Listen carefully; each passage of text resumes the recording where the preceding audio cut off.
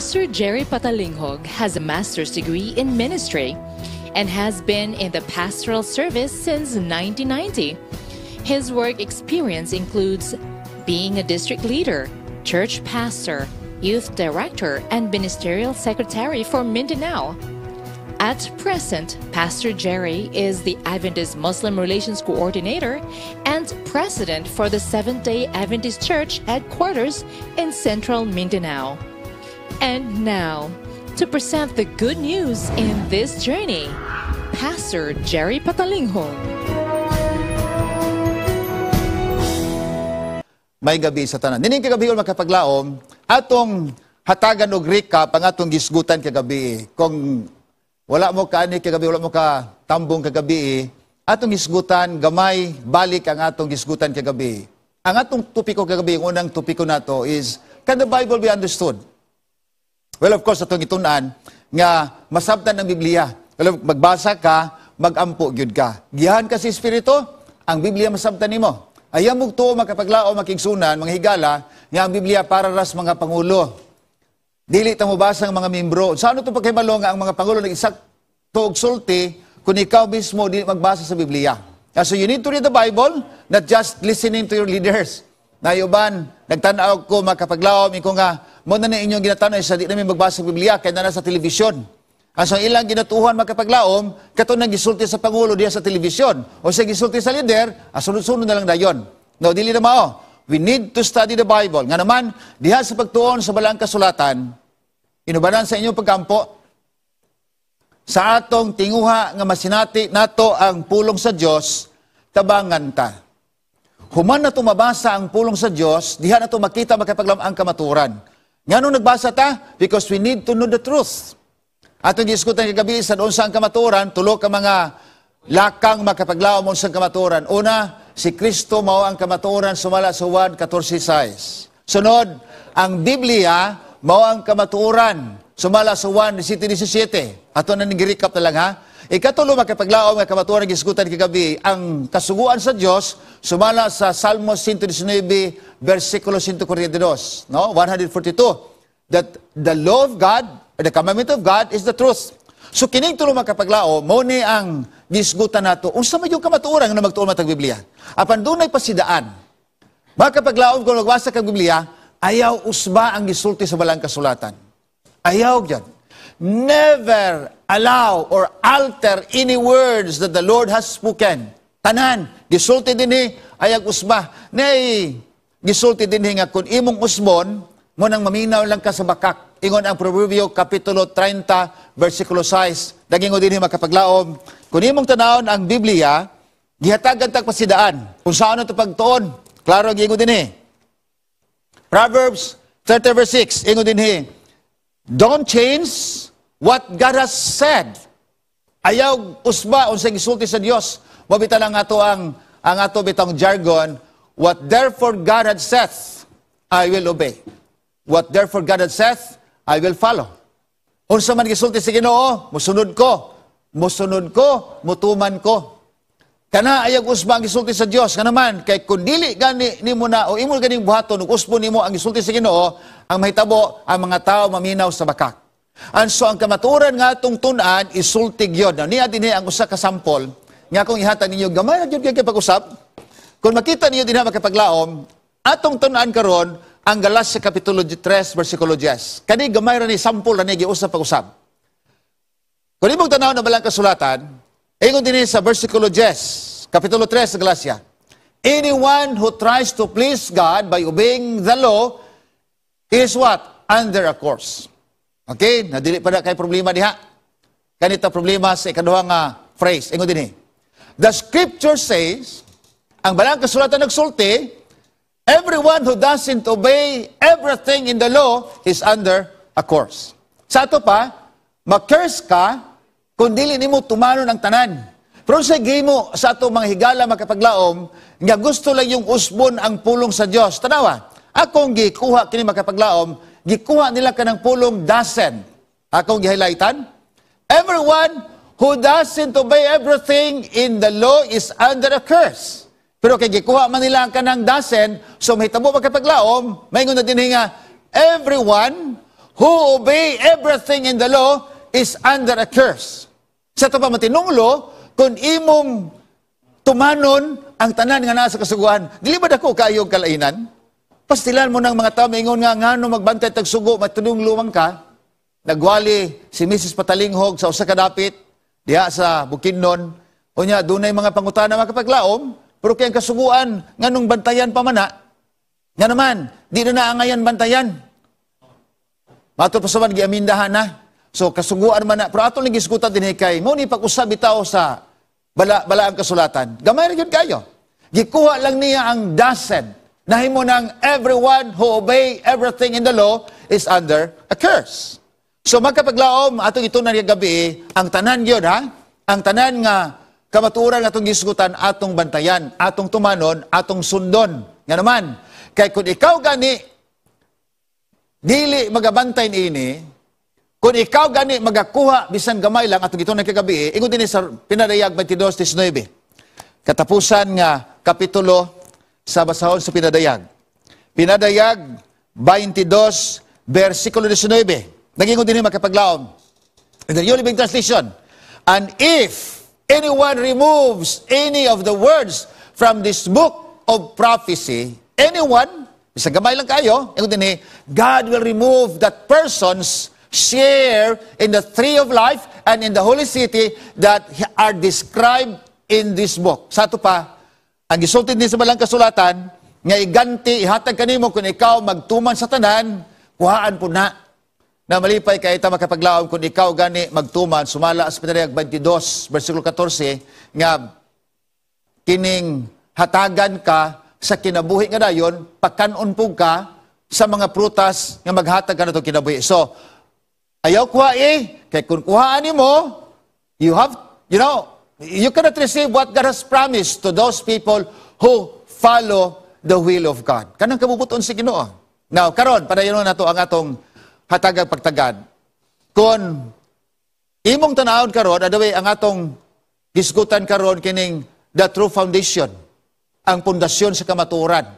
Now, unsa man ang reaksyon sa panahon makigsunan nga si Kristo nagsultis kamatuoran, unsa man ang reaksyon sa mga tao. Nato tanawon sa Matthew 7:28, ngadto na sa 29. Niya din magkapaglaom makigsunan, ang reaksyon sa mga tao nahibulong sila. Isa nga nung manlahi man sa mutudlo. Kung di ka magtudlo pinasika sa Biblia, lahi gyud ka paminawon kontra sa uban. Why? Kay imo magisulti lang ang Biblia. Ang pulong sa Dios wala usba. Na makigsunan diri mga katawhan nga ganahan sila mag-usap-usap, ganahan sila magkuha, ganahan po magdungag. Pero niya din makapaglaom, Matthew 7, versikulo 28. Ako basaw din in the King James Version, din and it came to pass, when Jesus had ended these sayings, human si Jesus nakasulti din ang mga tao naon sa nangahibulong sa iyang doktrina. Nga naman nga doktrina, ingon siya, kasadya nga si Jesus makapaglaom ning sulti, isang lahi man sa uban. Lahi man sa mo magtutudlo. Lahi man sa mga leader nga mong dadunggan. Nga naman, kay siya nagatudlo, nganto kanila, sama sa tao, nga dunay otoridad. Dili sama sa ilang mga iskribag mga magtutudlo. Magtudlo gani, mura magulay otoridad, mura magtaphaw kayo. Pero dili si Kristo magkapaglaom, nagsulti siya, nga kanabang, he was a man of authority. Nga musulti siya, diretso, walay sapid-sapid sa dila, walay ligoy-ligoy, walay tuyok, diretso. Mabitaw na makapaglaom nga sa diha nga si Pablo pod, sa si Pablo pod ang nagsulti, gipadako niya isa nga, mamina mo sa pulong, kanang pulong nga mag-isulti, kinahanglan magsukad sa insakto nga pundasyon. Ingon din ang pangutana, unsa man ang gisulti ni Pablo, ingon nga, mao ang tinuod nga pundasyon, nga diin kita gitukod kung ang pulong sa Diyos tagasukad. Naasa mga pundasyon.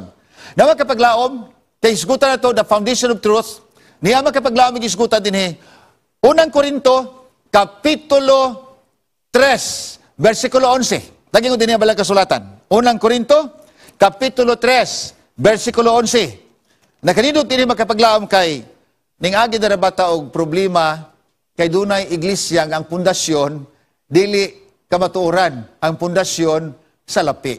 Bantayan niyo pag-ayo. Tagyan din ang balang kasulatan. 1 Corinthians 3 verse 11. Ingon din For God has already placed Jesus Christ as what? As the one and the only foundation. And no other foundation can what? Can be laid. Wala na ilain ng pundasyon. So klaro magkapaglao makigsunan, nga kining balang kasulatan, nagsulti nga nanay gibutang nga pundasyon. Di na ta ngita paglaing pundasyon. Usang pundasyon ang igisgutan din Isa nga, si Kristo na mao ang only foundation. The one and only foundation. Nga dili kini mahimo nga iadto sa lain. Abaron sa nitabo sa uban. Ngano magkapaglawom nga pagtuon sa balang kasulatan daw taphaw kayo. Ngano ang pundok magkapaglawom nga daghan karon ning gawas, bag-ulang ning gawas, napoy daghan mo sunod. But it is not actually founded, the true foundation which is Christ. Asa man, padayon itong basa, versikulo 12, ingon din, some will use gold. Ang uban magamit og bulawan, ang uban magkapaglaom, magamit sila sa lapi, mga bahalon nga mga bato, precious stones. Sa pagtukod nila, mao kini ilang foundation. Daw karon, naibalo na ta, kanihad to, mamimro ka sa iglesia, aduna sila kwarta madawat.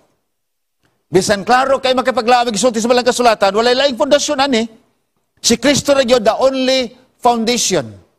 Apan ang uban karon dinhi ka taga kwarta. You see, ang atong foundation makapaglaom na usab na. Ug sultihan ta mo, we are not exempted.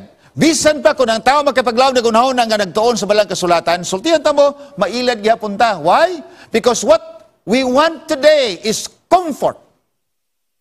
Kwarta, hayahay ka. Pero dili na mo ang gisulti sa balang kasulatan. Ang pangutan na karon. Kung palitan ang tao, dili mo tuog yun sa imong gisulti nga mong kamaturan. Maluwas pa siya. Can a person be saved without believing the truth? Maluwas ba? Tanaw na ito balang kasulatan. Daingon sa unang Tesalonika, o ikaduhang Tesalonika, 2, versikulo 13. 2 Thessalonians 2, verse 13. Niya makapaglaw ingon dinhi. But we are bound to give what? To give thanks always to God. For you, brethren, beloved of the Lord. Nga naman.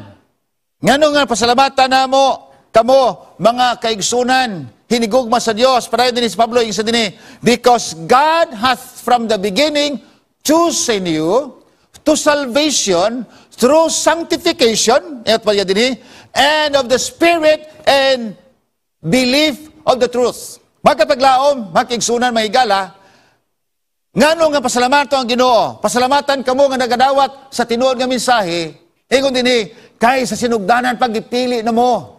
Sa sinugdanan pagipili na ko, gipili na ta. Ngaon sa, nga kita mga luwas, pagmatarungon kita, pagaputlion kita, pinagi sa Espiritu, sa pagtuo na to, diha sa kamaturan. If you won't accept the truth, how can a person be saved? Wala.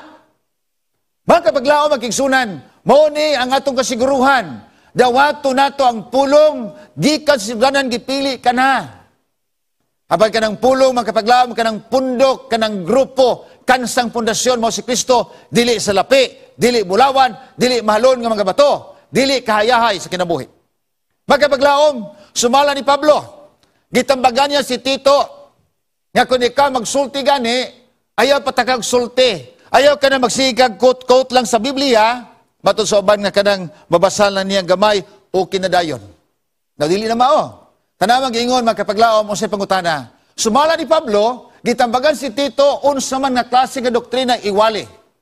Nainom ko magkapaglaom sa kasinatian ako, nagsakay kong barko, niya makalarga, asun hitabo, dito rin sa barko nga tulog, pagkabuntag, huwag yan po nilarga, nga naman, overloaded. Dili palargahon sa custom, kay puno kayo, pagkanaog no, may mga naog, naabtan mig alas 10 sa buntag, pagka-following day. So dito sa barko magkapaglaom, ning naog ko sa ubos, na dito nagdebate. Sa pagdebate nila, ang kauban na inakupod sa barko nga akong kauban sakop sa ulutangga, ay pastilan, nagliso na dito. Di akong gikiluan sa inyo nga saba ha, ayaw ko tawag pastor, kaya muduol ko. So niduol ko dito. Nadugan pagduol dito makapaglaom, sige na sagwali, nga naman magbantay man mo, aning mao nga, pulong sa Dios nga giwala naman ni giamindahan na ni Kristo nga walaon ng tanang mga kalagdaan o kasuguan kay nata sa bagong tugon karon. And so, sa gihimo na ako makapaglaom, ni Dool ko, nga, pwede ba ko makapil? Ingon na yun siya, oh, kisa mo ka? Ingon ko, adala, naminaw lang ko sa inyo ha. Ingon niya ako'y rilo, ihatag na ko na si Muha, kung makabasa ka sa Biblia, nga ang pulong sa Ginoo sa daang tugon, wala na sa bagong tugon, kay giamendahan na ni Kristo, na irilo dawatan ni. Basahin ko, ako kabasaan na. Nakitaan ko sa mga higalan ako ng Muslim, ikuha niya ang rilo na ko, insan na, naimo na ka na, o na, gwapo ka ng rilo ni Pastor. Nabasahan na ba, naimo na ka na? Di sa mo tunoon siya ka ratol, ko basaha. Kay hatag ko na ako rilo ni mo, kung makabasa ka, nga ang tanang gisulti sa daang tugon, wala na sa bagong tugon, kay giamendahan ni Kristo, nga usbon. Wala mang yun, ko basa, brother. Kung sa inyo sa kuha, magtuon pa ko. Balikan talang kaunya, magtuon pa ko. Kung sige magkagminsay, nagtuon pa day ka. Ay sa pagminsay, o magtuon pa ka. Magkapaglaom, nagsige nagsagsulti, wa pa day ka tuon. You see? O sa ni Pablo, Tito, magsulti gani kag doktrina, mao ni imong iwali ato basahon. Tito 2:1. Nindot ang isulti dinhi magkapaglaom. Ingon sa dinhi. You must teach what is in accord with the sound doctrine. Musulti ka, kanang maayo, insakto, kanang napundar sa kamaturang mo si Kristo, kanang doktrina mo isulti. Magkapaglaom, alang ka natong tanan. Kung ugaling sa kata magsulti apan dili makita sa Biblia, ug dili mapamatudan sa balang kasulatan, kana siya taphaw. Wala na pundar sa insaktong kapundasyon. Si Pablo nag-ingon, muna isulti ni mo Tito. O niya ato ka sa 9 magkapaglaom. O 9, ingon siya, he must hold, kung ikaw magwali, he must hold firmly to the what? Trustworthy message. Kasaligan, tinuod, kasaligan ng mensahe, ihatag nimo, isulti nimo. Kanang gitudlo na, nga na kanimo, mo na itudlo po sa uban. Ugon niya, kung ikaw magkatudlo na, ingon din eh. Ugon niya, ikaw magkapadasig nga to sa uban. Niya lang yung magitudlo nga maayo nga doktrina. Sound doctrine. I tell you, dahil uban nga, isa nga sound yung tinuod, kay di man kayo maminaw ning usa. Naay among kauban, ipadala na mo dinhe, among gitambal, patambalaw tang yan dalunggan, kay di man kadungog kayo, luoy kayo. Sister Roslyn. Sa diha makapaglaom nga, mag-Bible studies siya, munang among gitabangan unta, aron yun nga matabangan yun ang iyang igdulungog, subo lang yun ta kayo, kay di na magiging maulian iyang dalunggan, sumala sa doktor. Magsulti siya makapaglaom, magsulti siya, kusgon niya, ikaw mo na isaktong sound doctrine, kaya kusgon magin kayo. You see? But it's not actually kusgon mo. The sound doctrine, wala sa balang kasulatan, kana bang tinuod? Sound doctrine that cannot be refuted to those people who are opposed to the message of God. Kana bang dili ba nila masawayan? Dili nila mabali? Para yun magkapaglaon. At ta sa 2, versikulo 7, ingon din and you yourself must be an example to them by doing good works in every kind. Kung ikaw magwali, ikaw magsulti, kinalang kinabuhi po nimo, nauyon po sa imong gisulti. Pagkat sa likwaot kayo magkapaglaom, mga higala, nga kung ako musulti, ugon niya ang akong gisulti, maayo, pero akong kinabuhi, sayop, dili ba o, matod sa akong mga higala kanina ito, makigsuna na to, kapaglaom dito sa Davao, ko nga nganong diha man ka, maminaw, nga makita man nimo ni ang kinabuhi, isa nga, wa mi labot pastor sa kinabuhi, ang amo sa giwali niya, kay maayo mo wali, o niyang kinabuhi, wa mi labot. Dili ba na mo? Magkapaglaom sultihan ta mo. Very clear sa balang kasulatan. Ingon din and you yourself must be an example to them by doing good works of every kind. O sa pagyon, para rin city, ingon din magkapaglaom, let everything you do reflect the integrity and seriousness of your teaching. May kamutudlo, may gala, magmangyatagon ta. May pagkaman, dalo na ikay ka. O saan mo pag-reflect sa imong gisulti? Magkapaglaom, kung sa imong gisulti, muna ingon ang ubang panultion, I'd rather see a sermon than hearing a sermon. Mas gadahan pa ko mutanaw og wali kaysa maminaw og wali. What does it mean? Magkapaglaom sultihan ta mo, kay usay kun magwali tanara sa tumba, apan ang atong liniukan wala na. And so mas maayo magkapaglaom nga ang atong sinultihan mutukma sa atong binuhatan. Let everything you do reflect the integrity and seriousness of your teaching. Teach the truth. Isulti insakto, pero kinabuhian po nimo so that your teaching can't be criticized. Makapaglaom, Batayan ang pag-ain nato ni, kay aron dili masawayan ang ato ang pagtudlo, kinabuhian mo. Kinabuhian ako. Na usa nga nagwali. Pagwali niya, kinahanglan kita magigugmay. Bisan pang atos kaaway mo kana ang sugo ni Kristo alang sa makatawhan. We need to love even our enemies. Pastila, nintindo nga asawa makapaglaom, isa nga, lamlam lang ka. May lang kami istudya nag-gugma-gugma, pero sa balay, huwag ginubuhata. Abi niyo magkapaglaom, naundang ang serbisyo. Ning naog ang tao nga nagwali, kay iyang banaw, sige, ang asawa, isa nga, sige pa, usa pa isulti nimo. Sa ito pa magkapaglaom, nagsulti siya, pero ang kinabuhi niya, dili mao. Susubok kayo mamalandong tanga, doon ay magwali, lahi ang kinabuhi. Doon na po yung mga tao magkapaglaom, wala sila magpakabana kung unsa yung kinabuhi, basta kaya ang giwali insakto. No, magkuyog na magkapaglaom. Munang padayon na to, versikulo 8, ingon din eh. Then, kung ikaw magtuloy insakto, then those who oppose us will be ashamed and have nothing bad to say about us. Wala ikasulti. Nga naman, kay kana insakto ba tanan? Ang sumagkapaglaom, kita tanan, di pa mangnuan ni Apostol Pablo, muna ibantayan na ito pag-ayo. Gani, kung atong paninog basa, ang Kapitulo 4, versikulo 3, sa ikadawang Timoteo, nagyan din niya balang kasulatan, that time will come. Nganong magtundo man ta karon? Nganong ato isulti ang kamatuoran? Maabot mo kong panahon. Dili magguntan ng panahon, makapaglaom nga, maayong panahon, ting init, napoy ting ulan. Dili po ng panahon nga, igang, napoy ting tugnaw. Kani magkapaglaom, maabot ang panahon nga mga tao di na ganahan maminaw. Kung maminaw sila, ang ilang paminawon katulang ganahan nila. Katulbang makahatag kanilang katagbawan, ay nana di ay. O sa gingon sa 4:3, 2 Timoteo, ingon din eh. The time will come when people will not listen to the sound doctrine, but will follow their own desires. Di na maminaw. Sultian mo, di na maminaw. Apan unsa gani ang ganahan nila, katong kanang makaayo sila ha, adirita. Kaya murag makakwarta ta dire. Adirita kaya murag mahayay ta din eh. Dito sila maminaw. But they will not listen to the sound doctrine anymore. Munang karon, nalipay kay ko alang sa mahikiglaan, alang sa makapaglaom karon na sa mga puluyana, naasa, dapit ka mo nagtigom. This is actually the time for you, for us, to listen to the sound doctrine. Nga naman, kay mabot ang panahon, di na ta ganahan, busy na kayo, manampiling ta, di ko ganahan yun na. At sa makapaglaom, kinahanglan itong himuon ang pagsulti. Nga naman, tungod kay sa diya makasulti na, versikulo 4, ingon din eh, they will turn away from listening to the truth and give their attention to legends. Istorya na. So, sultihan ka, di na kaganahan. Pero sa mamitabo magpaglaom, kung ang usa ka tao, magdumili sa pagpaminaw sa kamatuoran. Kung sa may resulta, kaya sultihan ka, maminaw, manampong sa dalunggan. Di ko ganahan, tama na. You know what? In verse 9, 2 Thessalonians 2 verse 9, naingon din makiksunan, klaro gisulti din atong basahon, this man, katong dili maminaw, this man will come to do the work of Satan with counterfeit power and signs and miracles. This man, kung ikaw dili maminaw, o sa himo nimo, imong buhaton ang gihimo kung buhaton sa kaway. Bantayan pag-ayo, di naman kaminaw sa kamaturan mo ang pulong sa Diyos. Di naman kaminaw sa gisulti sa balang kasulatan, nga di na pundar diha kang Kristo. Di naman kaminaw, na maminaw ka dito na sa pulong sa kaway.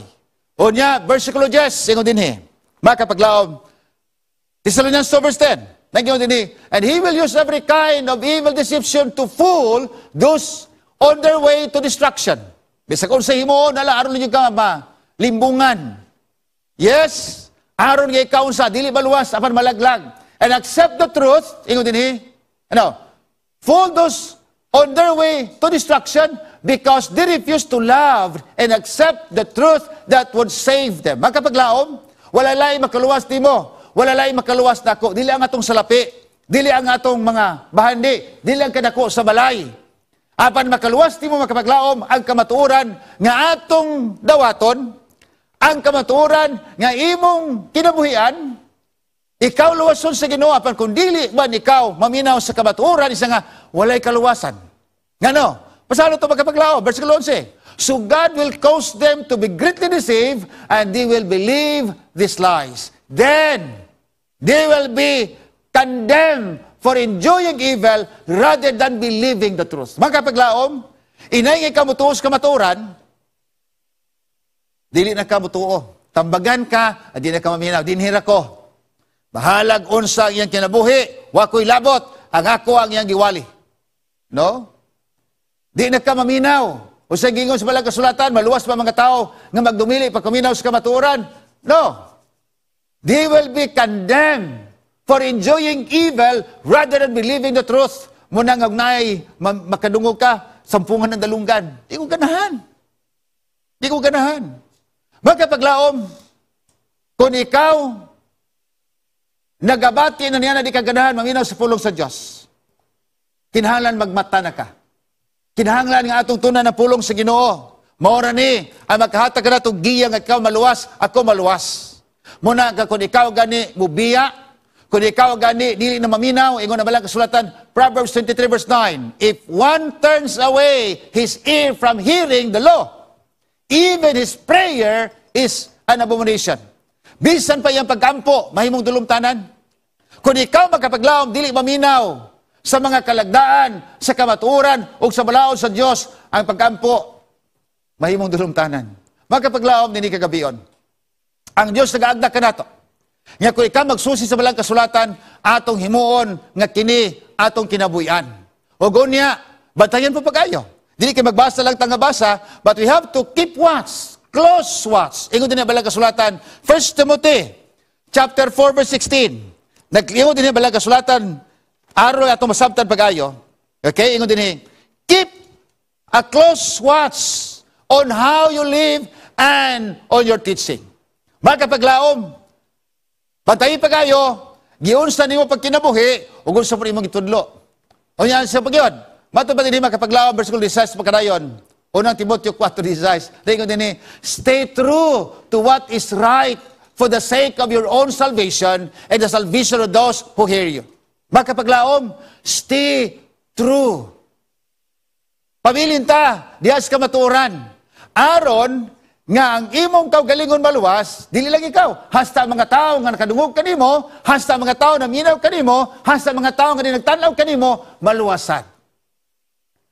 Stay true. Mag-uol kay ko, kaniadto karaan nga mga membro sa iglesia, karon na usab naman. Mabalaka kay kung makapaglaom, nagkadugay, nagkatigulang tas pagalagad, apan karon nagkahanaw ang atong prinsipyo pagsunod sa kalagdaan sa Diyos.